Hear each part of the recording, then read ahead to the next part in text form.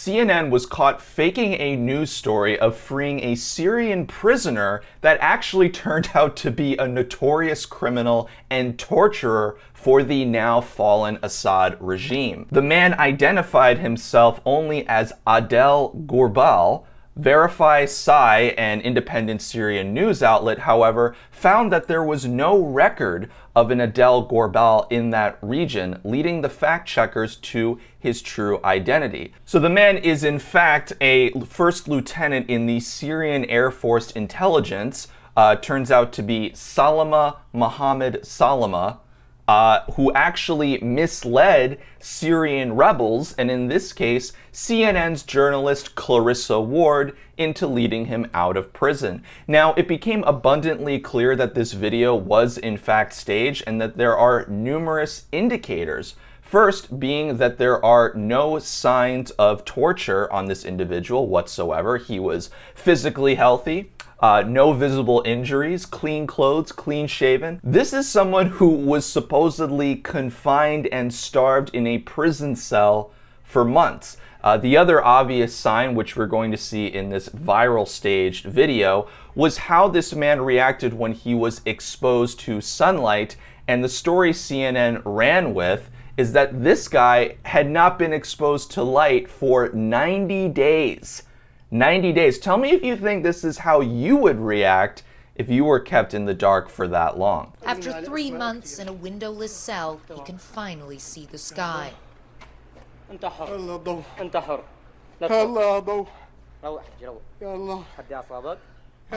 the light, he says. Oh God, there is light. My God, there is light. Okay.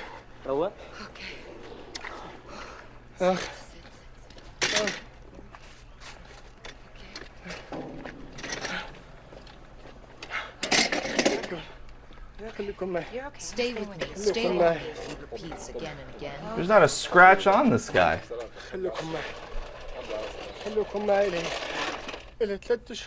3 months, I didn't know anything about my family. I didn't hear anything about my children.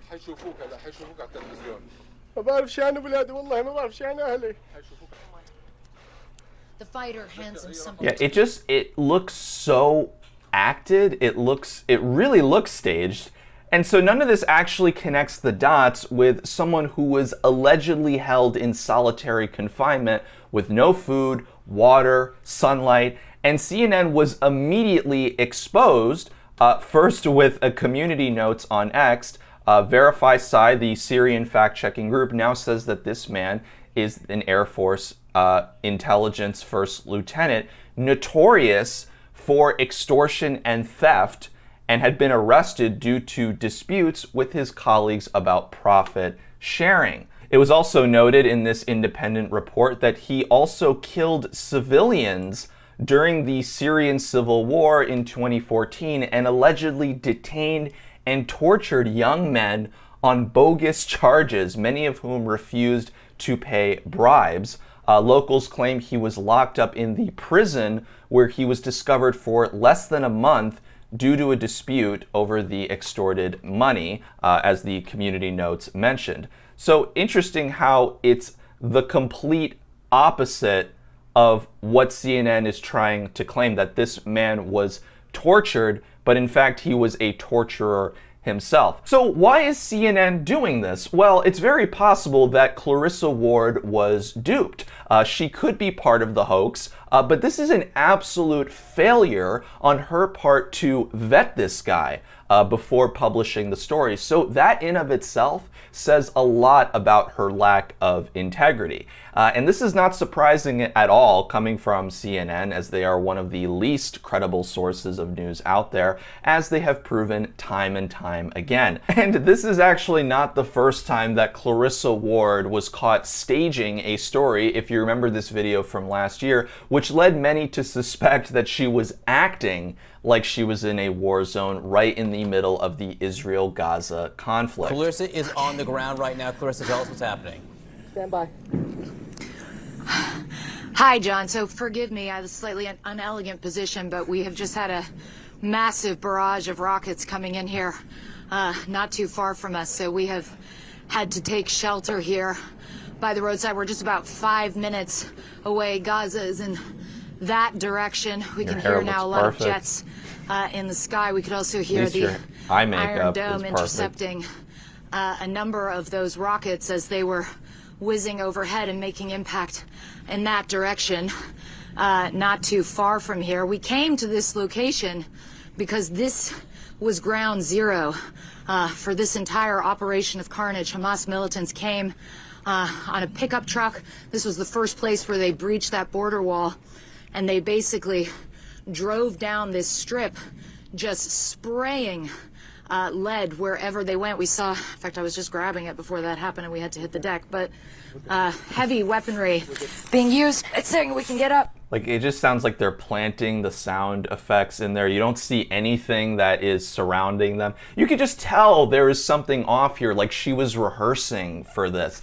It doesn't sound natural. Do you remember this infamous moment on CNN when Anderson Cooper sat in a ditch pretending to show how deep the flooding was during a hurricane? But I don't think anything truly compares to this Syrian prisoner story, so I'm running with the theory that they didn't properly vet their subject, or they knew what they were doing. They knew that they have to blame Assad any chance they get and expose him as a ruthless, torturing dictator, when ironically they were doing a story using an actor who was actually a torturing criminal himself. So what this is really about is maintaining the regime change narrative. The fall of Assad is because the US wants regime change. The Obamas and the Bidens are warmongers. They want to leave Trump with a bad legacy. And in fact, during Obama's presidency, he and John Brennan, then director of the CIA, were exposed for engaging in regime change in Syria by arming jihadists and creating ISIS. This is actually someone who's very knowledgeable on the subject, Jeffrey Sachs from Columbia University, explaining how the Obama administration deployed the CIA to begin the Syrian civil war, ultimately creating ISIS. How out of control this could escalate. It's true. But I think we have to step back and not put this in partisan terms. This is a U.S. mistake that started 7 years ago. And I remember the day on your show when President Obama said, Assad must go. And I looked at you and Joe and I said, huh? How's he going to do that? Where's the policy for that? Right. And we know they sent in the CIA to overthrow Assad. The CIA and Saudi Arabia together in covert operations tried to overthrow Assad. It was a disaster. Eventually it brought in both ISIS as a splinter group to the jihadists that went in. It also brought in Russia. So we have been digging deeper and deeper and deeper. What we should do now is get out and not continue to throw missiles, not have a confrontation with Russia. 7 years has been a disaster under Obama, continuing under Trump. This is what I would call the permanent state. This is the CIA, this is Pentagon, wanting to keep Iran and Russia out of Syria, but no way to do that. And so we have made a proxy war in Syria. It's killed 500,000 people, displaced 10 million. And I'll say predictably so, because I predicted it 7 years ago that there was no way to do this and that it would make a complete chaos. So what I would plead to President Trump is get out, like his instinct told him, by the way. That was his instinct. Right. But then all the establishment, the New York Times, the Washington Post, the Pentagon, everybody said, no, that's irresponsible. But his instinct is right. Get out. We've done enough damage, 7 years.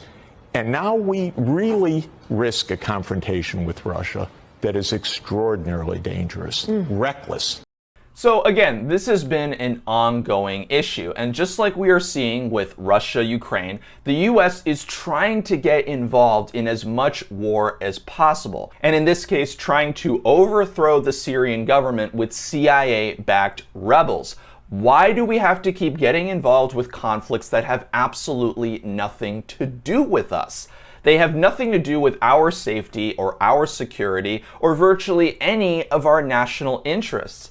But our government and the mainstream media want people to believe that we need to get involved. But they aren't doing a great job at that when these legacy media outlets are getting exposed plain as day for their fake news stories. And it's not getting any better for CNN. They are staging videos because their ratings are so bad and continue to reach all-time lows. CNN loses to Food Network as network's primetime viewership languishes. I mean, this is just absolutely wild. Wild, guys. The Food Network, which I didn't think anybody watches these days, is doing better than CNN. Even now that Trump is on his way back to the White House and they have a million hit pieces on the guy that they have bashed him repeatedly for years, clearly that isn't good enough anymore, folks. When there was more TDS going around, CNN was like a safe haven for all these Trump haters, which was ample for their ratings. They were doing quite well during Trump's first term, but now they have crashed and died, and they will simply never recover from this as citizen journalism on X reigns supreme. So let me know what you think in the comments below. Please be sure to leave a like, share, and subscribe, and I will see you all in another video very soon.